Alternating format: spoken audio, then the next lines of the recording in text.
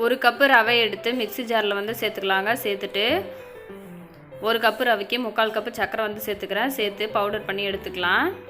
உங்களுக்கு வேணும்னா நீங்கள் 1 கப்பு சர்க்கரை கூட சேர்த்துக்கோங்க, இனிப்புக்கு தகுந்த மாதிரி. இப்போது பவுடர் பண்ணி எடுத்துங்கிறத ஒரு மிக்சிங் பவுலுக்கு மாற்றிட்டு அதே மிக்ஸி ஜாரில் 1/4 கப்பு தயிர், 1/4 கப்பு எண்ணெய், 1/4 கப்பு பால் இது எல்லாத்தையும் சேர்த்துட்டு கூடவே வெண்ணிலா எசன்ஸும் ஊற்றிக்கலாங்க. ஊற்றிட்டு இப்போ இதை நல்லா அடித்து எடுத்துன்னு வந்துடலாம். பாருங்கள், நல்லா ஸ்மூத்தாக அடித்து எடுத்துன்னு வந்தாச்சு. இப்போ இதை மாவில் வந்து சேர்த்துக்கலாங்க. சேர்த்துட்டு ஒரு ஸ்பேச்சுலா வச்சு நம்ம மிக்ஸ் பண்ணி விட்டுக்கலாம். மாவை நல்லா மிக்ஸ் பண்ணதுக்கப்புறமா 1/2 table spoon baking soda, baking powder ரெண்டுத்தையும் சேர்த்து விக்ஸ் வச்சு அடித்து விட்டுக்கலாங்க.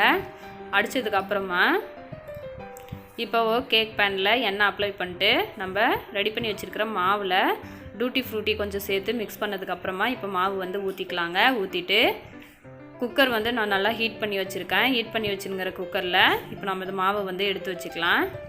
அடுப்பை வந்து சிம்மில் வச்சுக்கோங்க. வச்சுட்டு ½ அன் ஹவர் வந்து ஆச்சுனாக்கா நம்மளோட கேக் வந்து நல்லா பேக் ஆகி வந்துடும். மேலே வந்து கொஞ்சமாக டூட்டி ஃப்ரூட்டி சேர்த்துட்டு இப்போ ஓப்பன் பண்ணி ஒரு டூத் ஸ்டிக்கை வச்சு பார்க்கலாம். கேக் வந்து நல்லா வெந்து ஒட்டாமல் வந்துடுச்சு. வெளில எடுத்து வச்சு ஆறுனதுக்கு அப்புறமா சைட்லெல்லாம் நல்லா கீறி விட்டுட்டு இப்போ கேக்கை வந்து எடுத்துக்கலாங்க. எடுத்துகிட்டு அடியில் இருக்கிற அந்த பட்டர் ஷீட் எடுத்துடலாம். எடுத்துகிட்டு கட் பண்ணி எடுத்தோன்னா சூப்பரான நம்மளோட ரவா கேக் வந்து ரெடி ஆகிடுச்சு பாருங்கள். சிம்பிளாக வீட்டிலேயே செஞ்சு கொடுக்கலாம். குழந்தைங்களாம் விரும்பி சாப்பிடுவாங்க.